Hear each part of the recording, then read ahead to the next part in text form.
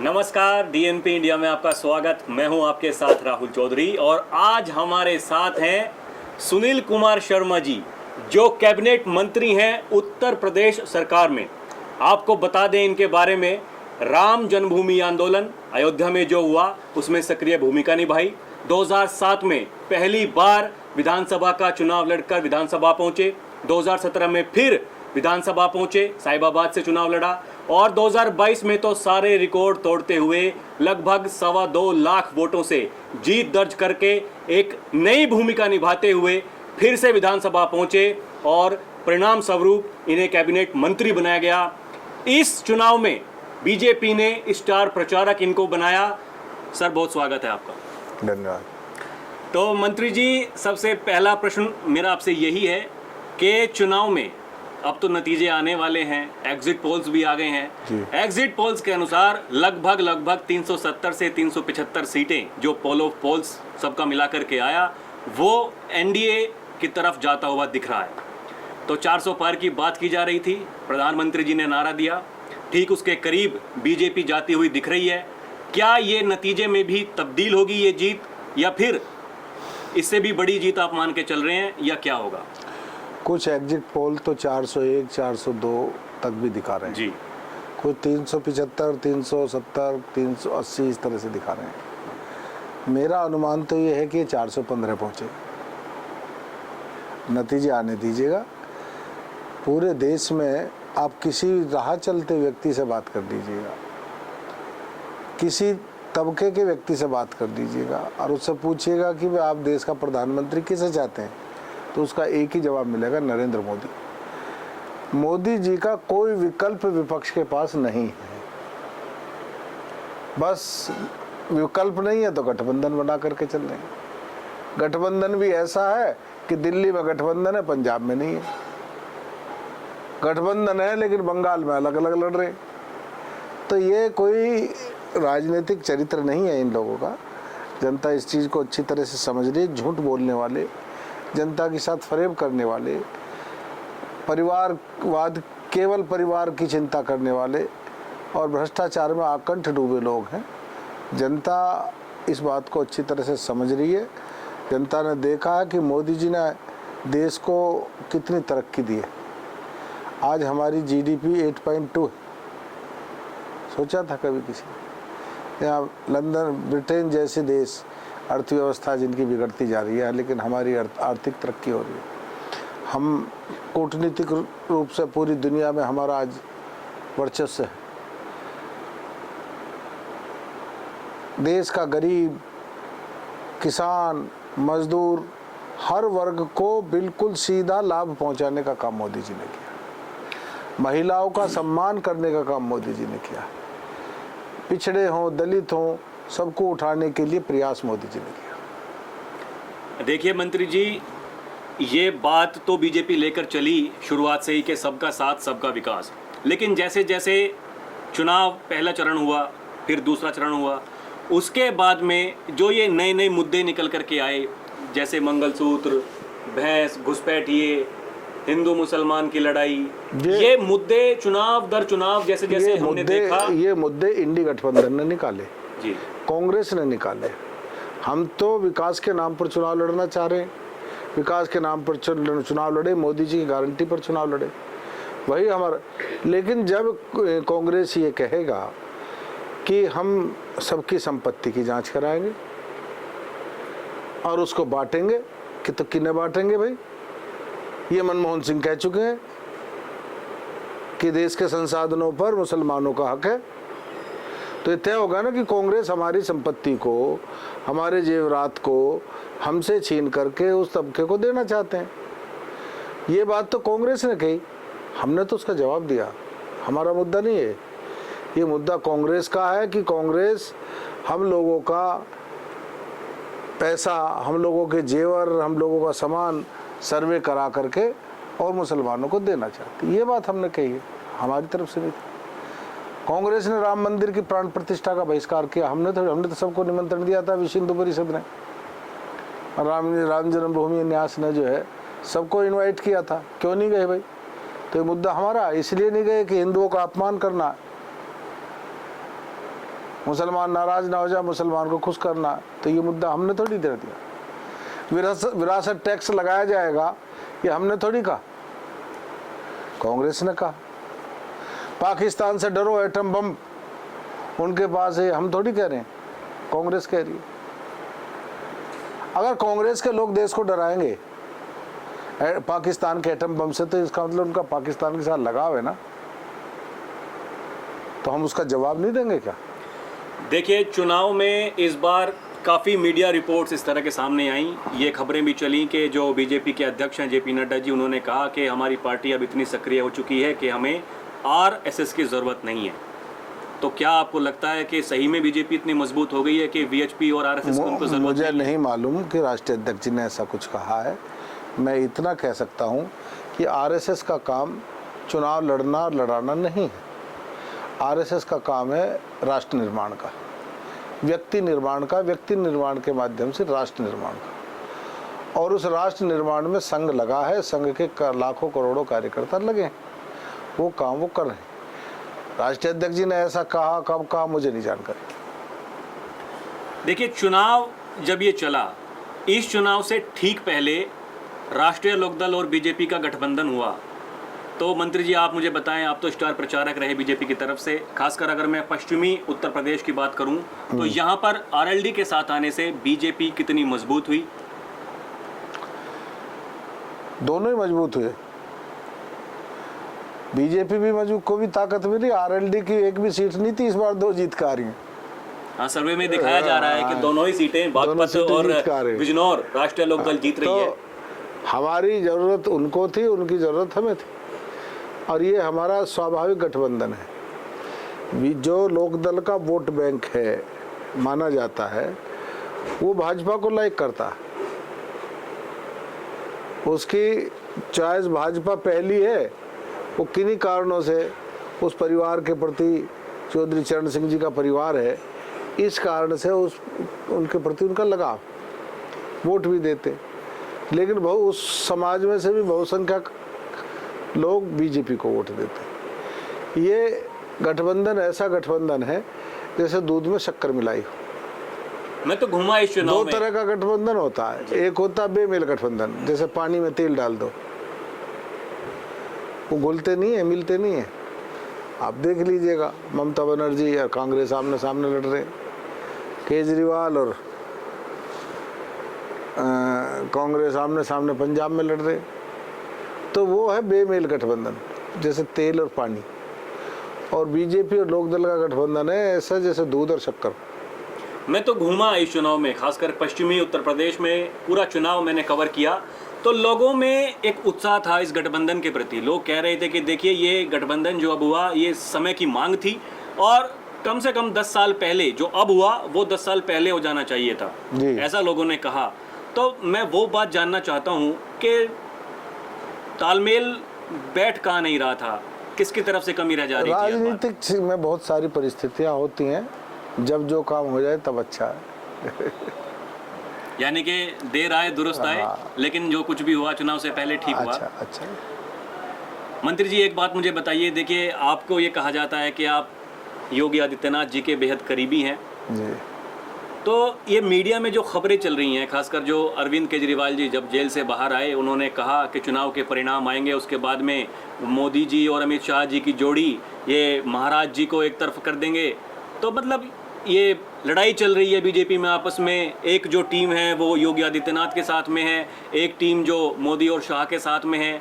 इन दावों में कितनी सच्चाई है? ये बिल्कुल निराधार, झूठे, मनगढ़ंत हैं। ना बीजेपी में ऐसा चलता है, ना बीजेपी में ऐसा कुछ है। योगी जी हमारे उत्तर प्रदेश में भारतीय जनता पार्टी के चेहरे हैं, और मोदी जी और अमित शाह जी पूरे देश में भाजपा के चेहरे। और योगी जी को मुख्यमंत्री बनाने का काम मोदी जी ने किया। 2017 का चुनाव मोदी जी के नाम पर लड़ा गया था, तब कोई हमारा मुख्यमंत्री का चेहरा नहीं था, लेकिन मोदी जी ने और पार्टी संगठन ने निर्णय करके योगी जी को बनाया। आज योगी जी भारतीय जनता पार्टी का पूरे देश में चेहरा। हम अपने संगठन को मजबूत करेंगे या कमज़ोर करेंगे? और इस पर नड्डा जी, हमारे माननीय राष्ट्रीय अध्यक्ष, वो अपने विचार रख चुके कि ऐसा कोई विषय पार्टी, मोदी जी खुद कह चुके हैं। कई बार तो स्टेज पे भी देखा गया कि योगी जी सामने से निकल के जा रहे थे, पीछे से निकल के जा रहे, तो मोदी जी ने कहा कि जाइए भाई, सामने से जाइए, कोई दिक्कत नहीं है। लेकिन ये मीडिया में इस तरह की खबरें चलती हैं, खासकर विपक्ष ने अच्छा, इस चुनाव में, मीडिया चटपटा नहीं बनाएगा तो मीडिया को देखेगा कौन? खासकर विपक्ष ने, मैं कह रहा हूँ कि इस चुनाव में इस बात को मुद्दा बनाया। देखा, केजरीवाल के बारे में तो बोलते हुए भी हमको शर्म आने लगी। इससे बड़ा झूठा इंसान कोई होगा? आपको ध्यान होगा, इसने कहा था कांग्रेस सबसे बड़ी बेईमान पार्टी है। अपने बच्चों की कसम खाई थी कभी कांग्रेस से तालमेल नहीं करूंगा। इसने पहली सरकार कांग्रेस से मिलकर बनाई। अब कांग्रेस के गुण गा रहा, तो जब झूठ बोल रहा था या अब झूठ बोल रहा? ठीक है, तो उसकी बात पर कट्टर ईमानदार है। जब से केजरीवाल ने अपने आप को कट्टर ईमानदार कहा है, तो ईमानदार लोगों को शर्म आने लगी है कि अब हम क्या कहें भाई अपने आप। अब किसी को कह दो कट्टर ईमानदार है तो आदमी हंसेगा। देखिए मंत्री जी, बीजेपी को ये कहा जाता है कि ये किसान विरोधी पार्टी है जी, ऐसा कहा जाता है, लोग कहते हैं, खासकर जो विरोधी हैं वो कहते हैं। ये मैंने देखा, इसी सरकार के दूसरे कार्यकाल में 2 किसान आंदोलन हुए जी। पहला हुआ, लगभग 1 से 1.5 साल तक वो आंदोलन चला। ऐसा कहा जाता है कि 750 किसानों की शहादत हुई। दूसरा जो आंदोलन हुआ वो ठीक चुनाव से पहले, वो खैर वो पंजाब हरियाणा के बॉर्डर पर ही रोक दिया गया। तो ये बातें क्यों कही जाती हैं कि बीजेपी किसानों के हित में काम नहीं करती है, किसानों को आंदोलन करने पड़ते हैं? पहले किसान कानून लेकर के आ गए, विचार विमर्श नहीं किया, जबरदस्ती उनके ऊपर थोप दिए गए। सबसे बड़ी किसान हितैषी पार्टी अगर कोई है तो वो भारतीय जनता पार्टी, जिसने किसानों को किसान क्रेडिट कार्ड दिया, जो देश के सारे किसानों को किसान सम्मान निधि दे रही है, देश के सभी किसानों को राशन भी फ्री दे रही है नहीं दे रही है, जिसने नैनो यूरिया की टेक्नोलॉजी लेकर के आए, यूरिया पे ब्लैक मार्केटिंग खत्म की, और हम अच्छी खेती, अधिक उत्पादन और आय को दुगना किस प्रकार कर सकें, इसके सारे प्रयास भारत सरकार ने किए। जो कृषि कानून भारत सरकार लेकर के आई थी वो दुनिया के सबसे सर्वश्रेष्ठ और किसान को समृद्ध बनाने वाले कानून थे। कुछ राष्ट्र विरोधी ताकतें, कुछ देश की, कुछ बाहर के लोगों ने मिलकर के उस आंदोलन को हवा दी। भोले भाले किसान भ्रमित होकर के उसके शिकार। जिन लोगों ने उस आंदोलन को किया था उन्होंने किसानों के साथ सबसे बड़ा विश्वासघात किया है। मैं दावे के साथ कह सकता हूँ वो किसान नेता नहीं है, वो किसानों के विश्वासघाती नेता। और उसके पीछे कहीं ना कहीं खालिस्तानी आंदोलन की बू आ रही थी, उनके द्वारा समर्थित ये अभियान चलाया गया था। कहाँ पश्चिम उत्तर प्रदेश का किसान आया था बताइएगा, कहाँ है? हाँ, इसमें तो नहीं आया, लेकिन लोग ये भी कहते हैं कि राष्ट्रीय लोक दल के साथ में गठबंधन हो गया तो चौधरी साहब ने मना कर दिया कि भैया आपकी बार मत जाना। मैं कह रहा हूँ जब वो आंदोलन हुआ था यूपी गेट पर जी, तो वेस्टर्न यूपी का किसान कोई आया था क्या? सब तराई के लोग थे। और सारा आंदोलन पंजाब से क्यों आता है? किसान तो पूरे देश में है ना, किसान तो पूरे राजस्थान में किसान नहीं है क्या जी? तमिलनाडु में किसान नहीं है क्या? केरल में किसान नहीं है क्या? उत्तराखंड में किसान नहीं है क्या? ये पंजाब से क्यों आता है? क्योंकि कनाडा में बैठे हुए कुछ लोग भोले भाले लोगों को भ्रमित कर रहे हैं। अब जब राष्ट्रीय लोकदल के साथ में गठबंधन हुआ है, ये कहा जाता है कि आरएलडी पार्टी किसानों की वकालत करती है, तो आपको लग रहा है कि कुछ मैं कहता हूं कि भाजपा से बड़ा किसानों का हितैषी कोई नहीं है, नरेंद्र मोदी से बड़ा किसानों का शिव चिंतक कोई नहीं है। जितना किसानों के हित में काम किया है आज़ादी से आज तक का इतिहास उठा करके देख लीजिएगा, किसी दूसरे ने नहीं किया। मतलब अब आरएलडी साथ में आ गई है तो कुछ अच्छे और काम होने के लिए उम्मीदें की जा सकती हैं। हम कोशिश नहीं, बीजेपी तो स्वयं अपनी नीतियां है, आरएलडी हमारी सहयोगी पार्टी है, उनके जो विचार आएंगे, उनके जो सुझाव आएंगे उसको भी सम्मान पूर्वक उन पर विचार किया जाएगा। देखिए, इंडिया गठबंधन की कल बैठक हुई। बैठक में मल्लिकार्जुन खड़गे जी के आवाज़ पे वो बैठक बुलाई गई। वो अलग विषय है कि कुछ नेता उसमें शामिल नहीं हुए इंडी गठबंधन के, लेकिन ठीक एग्जिट पोल आने से पहले एक सामूहिक प्रेस कॉन्फ्रेंस करते हैं और कहते हैं कि ये पूरी मशीनरी एक तरह से बीजेपी के लिए काम कर रही है और इंडिया गठबंधन 295 से ज़्यादा सीट लेकर के आ रहा है। तो क्या आपको लगता है कि जिस दिन नतीजे आएंगे कुछ हो सकता है ऐसा भी? ये भाषा तो 2014 से बोलते आ रहे हैं जी। एक परमानेंट रटाया हुआ डायलॉग है, 4 तारीख को ये ख़त्म हो जाएगा। पहले से ही ये बातें करने लगे हैं कि देखिए इलेक्शन कमीशन ने डेटा बढ़ा दिया, चुनाव के 8 दिन 10 दिन बाद में उन्होंने जो अपना दोबारा से रिफ्रेश करके अपना डेटा प्रकाशित किया कि नहीं भाई इतने नहीं, इतने परसेंटेज वोट हुई है।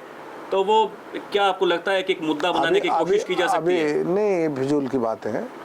अभी मतगणना होगी जी।